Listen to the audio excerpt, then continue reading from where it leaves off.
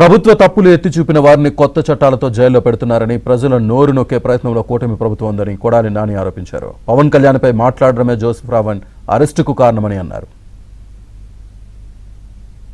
ఈ రాష్ట్రంలో ఎవరన్నా ప్రశ్నించినప్పటికీ లేకపోతే ప్రభుత్వం మీద ఏమన్నా విమర్శలు చేసినప్పటికీ ఏయో ఒక కొత్త చట్టాలన్నీ తీసుకొచ్చి జైల్లో బంధించి ప్రజల యొక్క నోరు నొక్కేయాలన్నటువంటి ప్రయత్నంలో ఈ కూటమి ప్రభుత్వం ఉంది. ఒక సంవత్సరం కాలం నుంచి కూడా పవన్ కళ్యాణ్ ని ముఖ్యంగా ఎక్కువ అతని గురించి మాట్లాడతాం, అతని మీద పోస్టులు పెడతాం, ఇవన్నీ జరుగుతున్నాయి.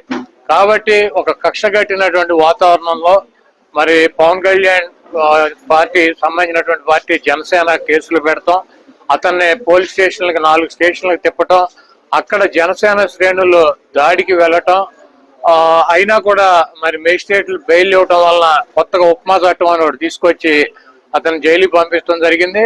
అదేమంటే రావణ్ అనే అతను వైసీపీకి సంబంధించినటువంటి వ్యక్తి మా పార్టీకి మేము డబ్బులు ఇచ్చి పనిచేస్తున్నాం అని చెప్తున్నారు. తెలుగుదేశం పార్టీ అనుకూలం మీడియా అతని మీద వీడియోలు రిలీజ్ చేసి అతను ఏదో రకరకాలైనటువంటి కార్యక్రమాల్లో పాల్గొన్నాడని చెప్పి తప్పుడు వార్తల్ని వండి వార్చి అదేమంటే వైఎస్ఆర్ కాంగ్రెస్ పార్టీకి రుద్దే ప్రయత్నం చేస్తుంది. చంద్రబాబు నాయుడు కూటానికి రోజులు దగ్గర